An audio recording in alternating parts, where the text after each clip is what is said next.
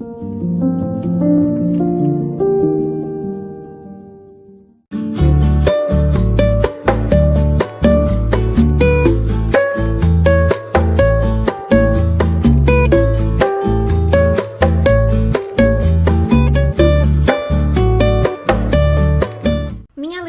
Pequena Enciclopédia de Seres Comuns, de Maria Esther Maciel. Primeiras impressões. Apresento nesse momento minhas primeiras impressões acerca da obra intitulada Pequena Enciclopédia de Seres Comuns. Inicialmente, noto que na capa, o título, recuado à esquerda e não centralizado, é escrito com todas as letras minúsculas. Diversas linhas com espaçamento duplo acompanham o título e cortam a ilustração de seres, que são interrompidos por linhas, e se escondem e se revelam no espaço aberto. Os seres, apesar de comuns, seres do cotidiano, foram selecionados para figurar nessa obra e causam estranhamento. Há oposição em termos no título, que conta com uma enciclopédia pequena. Normalmente, enciclopédias contam com vários volumes e são extensas. É interessante pontuar aqui a escolha do termo enciclopédia, que teve sua origem com o filósofo e escritor francês Denis Diderot, idealizador e editor da enciclopédia, com a colaboração do físico e matemático Jean d'Alembert, responsável pela parte de ciências e matemática. Antes disso, Francis Bacon, pai do método experimental e da investigação filosófica, criou o método indutivo de investigação científica. Diversas enciclopédias, manuais naturalistas de botânica e zoologia, principalmente no século XIX, perpassam a história da ciência. Antes do índice, temos um fragmento que diz: o livro talvez não exista. Trata-se de ficção. Sua inexistência o justifica enquanto livro. Livros podem tratar de sonhos e fantasias. É escrito por uma bióloga que não é bióloga, mas finge ser uma. A autora também é personagem.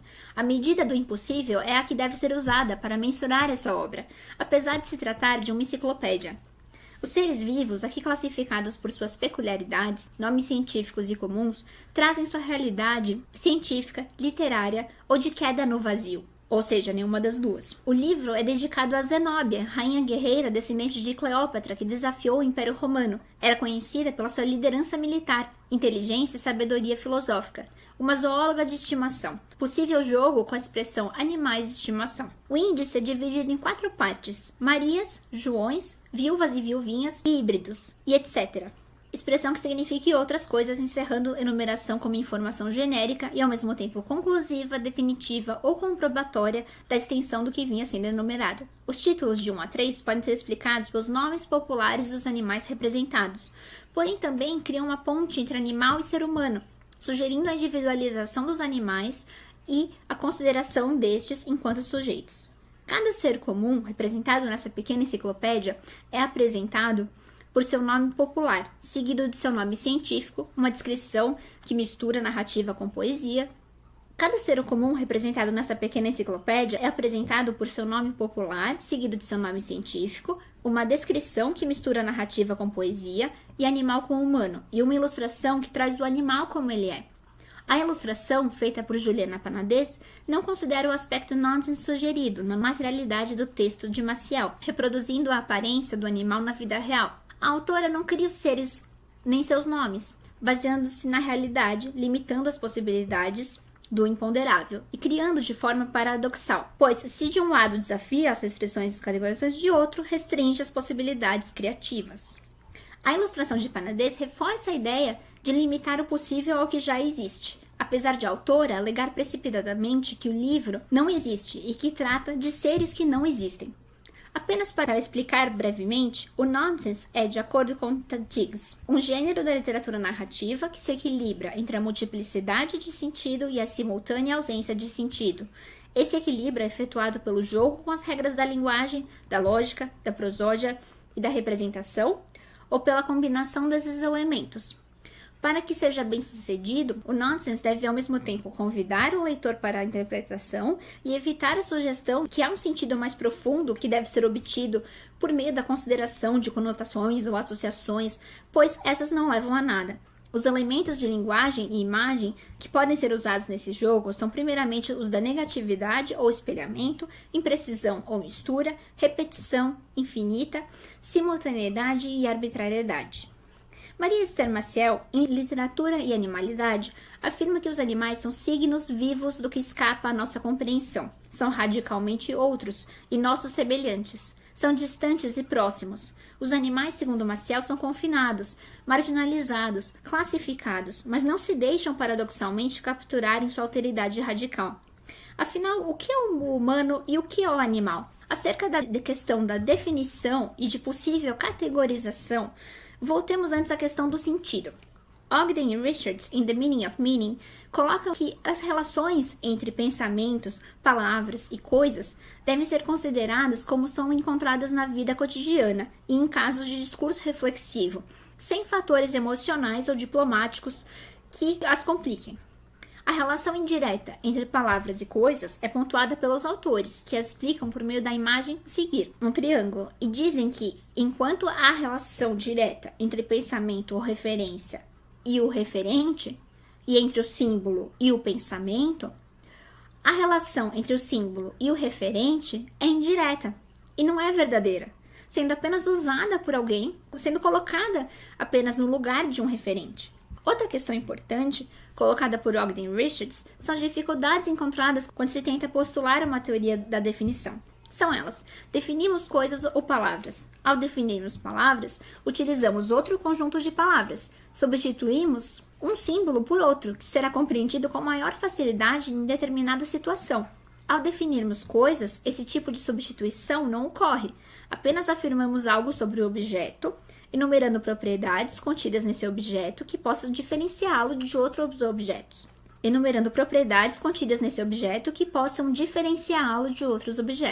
Entretanto, isso só é possível com coisas que já foram estudadas pela ciência. Outra dificuldade é que, apesar de definir algo, ser substituir esse algo por símbolos, as definições são afirmadas em um formato que as faça parecer ser sobre as coisas e não sobre os símbolos dos quais falamos. Todas as definições são, em sua essência, ad hoc, ou seja, específicas. São relevantes para algum propósito ou situação e, por consequência, são aplicáveis apenas a um campo restrito ou universo do discurso. Quando um termo é retirado desse universo, ele se torna uma metáfora e deve ser definido novamente. Outro problema encontrado quando se tenta definir algo é a questão da definição intensiva, a conotativa em relação à extensiva, a denotativa. Enquanto a definição conotativa não muda o referente e forma um contexto com o signo originário, a definição extensiva, a denotativa, em relação às afirmações comuns, acaba não sendo diferenciada.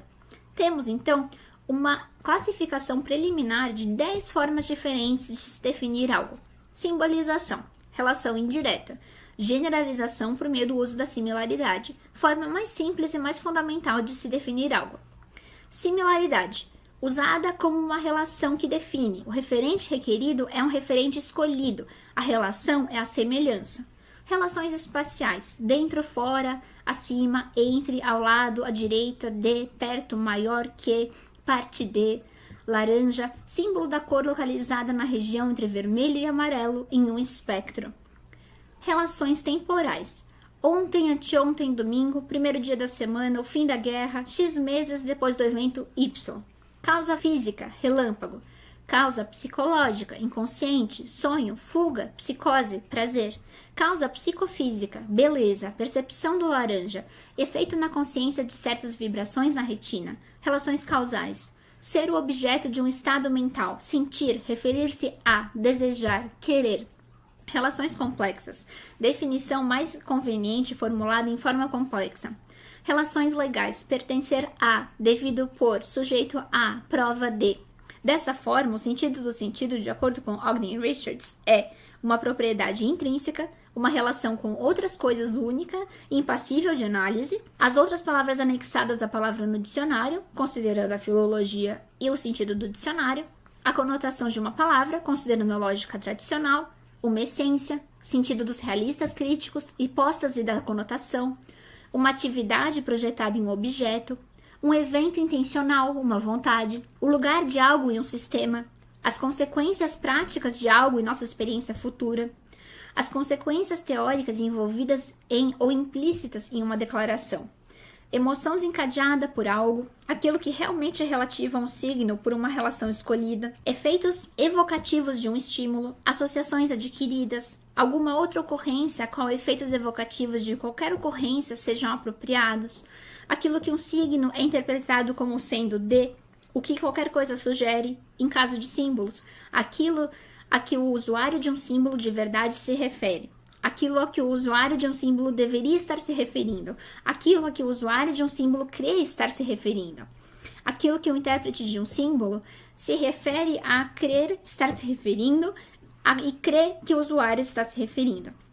Quanto à conotação, é importante ressaltar os dois sentidos que um símbolo pode ter. Significa um conjunto de coisas, as quais podem ser corretamente aplicados. E os membros desse conjunto são ditos como denotados ou indicados pela palavra, ou são considerados sua denotação. Significa as propriedades usadas na determinação da aplicação de um símbolo, as propriedades em virtude das quais qualquer coisa é membro do conjunto que é a denotação. Essas propriedades são consideradas a conotação de um símbolo, ou simplesmente o seu sentido. A conotação de uma palavra determina sua denotação, que por sua vez determina sua compreensão, as propriedades comuns às coisas às quais pode ser aplicada. Percebemos então que não é fácil discutir as questões de definição, sentido, categorização e nomenclatura, ou mesmo de organização sistemática do conhecimento. Maria Esther Maciel, em Literatura e Animalidade, ao pensar nas questões acerca do ser humano e dos animais, coloca a zooliteratura como conjunto de práticas ou obras literárias que se voltam para os animais. A zooliteratura é a coleção literária e iconográfica de animais imaginários de determinado autor ou período cultural. Bestiário, por outro lado, termo de origem medieval, é da ordem do inventário, do catálogo. Traz uma série específica de bichos reais e imaginários, tem relação também com o termo besta, de carga simbólica negativa por conta da tradição judaico-cristã que traz a noção de bestialidade como algo brutal, grosseiro, monstruoso e maligno. A besta, por definição, é cruel, representando o ponto alto da predação natural, no limite da desnatureza ou do desnaturamento.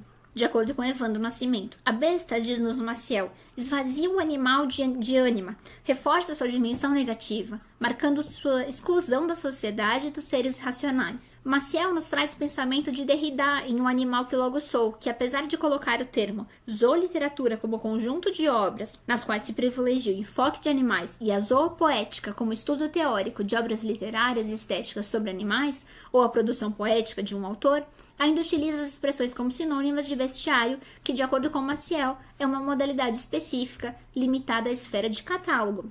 A mudança de parâmetros entre animais, animalidade e a relação entre humano e não humano mostra o desejo de recuperar essa animalidade perdida. Essa cisão homem-animal representa um ponto crucial na era moderna, a partir do século XVIII, em que o animal era considerado um corpo automatizado sem alma, definido por critérios científicos bem específicos, por uma taxonomia rigorosa, como a de Linneu, expoente dos estudos de botânica e zoologia. As ciências da observação e experimentação precederam o surgimento dos zoológicos na Europa. Antes disso, já havia a recusa da animalidade, a demonização dos animais. Na Idade Média, a animalidade fora deslocada para fora do humano, confinada aos territórios do mal sob a designação da bestialidade. A parte animal se manifesta despojaria o homem da sua humanidade, sendo o grau zero de sua natureza. Segundo Maciel, para Foucault, havia o abafado perigo de uma animalidade em vigília, que de repente desenlaça a razão na violência e a verdade no furor do insano. À época, a produção simbólica trazia seres híbridos, como vampiros e lobisomens, como reflexos da relação do homem com os poderes do mal. No final do século XX e na primeira década do século XXI, as relações entre o humano e o não humano passam a ser reconfiguradas a partir de outros enfoques. Uma nova relação é estabelecida pelos artistas com os animais e com as conjunções e disjunções entre humanidade e animalidade, segundo Maciel. Franz Kafka, ao inserir figuras animais em suas obras, sem a questão antropocêntrica, propõe uma nova forma de compreender o animal e as manifestações da animalidade. De acordo com Maciel, Kafka e sua obra Metamorfose são da linhagem literária dos processos de identificação e entrecruzamento de humano e não humano, desestabilizando as bases do humanismo antropocêntrico. Essa condição híbrida de humano e inseto coloca uma perspectiva paradoxal, pois Gregor Samsa se transforma em inseto, mas não deixa de ser humano. É, conforme Maciel, a dimensão animal do humano, problematizando assim as fronteiras entre humanidade e animalidade, com a demanda de uma abordagem pautada no paradoxo. As fronteiras devem ser mantidas, afinal há inegáveis diferenças, mas não podem ser mantidas de modo idêntico, pois os humanos precisam se reconhecer animais para se tornarem humanos. Então há um paradoxo que atravessa as obras pós-Kafka. Apesar dos exercícios alegóricos dos antigos bestiários terem se mantido, estão agora contaminados pela reviravolta kafkiana. Jorge Luiz Borges, com seu Manual de Zoologia Fantástica de 1957, coloca 2 tipos de zoologia na literatura: a real, a de animais existentes, e a de sonhos, com esfinges, grifos e centauros, seres fantásticos. Esse novo espaço poético-ficcional acolhe ambos os tipos. É um ponto de confluência de todas as zoologias possíveis e impossíveis. Essa nova safra de bestiários, como o do próprio Borges, o livro dos seres imaginários, de 1969, traz um repertório atravessado de referências literárias de distintos tempos e espaços, com a inclusão de criaturas fantásticas não circunscritas à esfera animal e a eliminação da ordem alfabética dos verbetes, com a literatura sendo ela mesma um fato temporal e móvel que acolhe uma monstruosa série de imaginações. Assim, Borges revê criticamente a tradição zooliterária e converte-se em precursor para demais bestiários, trazendo a mescla da zoologia dos sonhos com a da realidade e a exploração da metamorfose, além da incorporação explícita de referências culturais latino-americanas nos verbetes, misturando poema, narrativa e descrição. A zoologia dos sonhos mantém traços eruditos e alegóricos dos bestiários antigos, mas tem propósitos diferentes e não tem função moralista nem caráter descritivo. A zoologia dos animais existentes traz a investigação da complexidade que esses representam para a razão humana, extraindo um saber alternativo. O registro poético possibilita a compreensão da alteridade radical, um trespassamento de fronteiras entre os mundos humano e não humano por meio dos devires e das metamorfoses, um mundo inquietante. A fronteira para além da qual se desintegra a nossa identidade humana está traçada dentro de nós, e não sabemos onde, diz José Gil, reformulando o conceito assim de humano, incluindo o animal na definição de humano, desconstruindo a hierarquia, promovendo a desintegração da identidade humana. Para Rubens Figueiredo, traz a questão da licantropia sem caráter teratológico, sem artifício da transformação física explícita, trazendo um homem que não se torna literalmente por metamorfose corporal um lobo, mas permanece numa zona movediça, indefinível, entre os 2 mundos que estão dentro dele. Assim, instaura no conto um movimento, um rompimento de fronteiras que leva o humano para longe da subjetividade humana e o abre para formas híbridas de existência. Dessa forma, torna-se possível recuperar o elo, com formas criativas de acesso ao outro lado da fronteira. Para Maciel, é um exercício ficcional, uma apreensão pela linguagem de uma outridade animal, tarefa atribuída, sobretudo, à poesia, fazer do animal um animal escrito.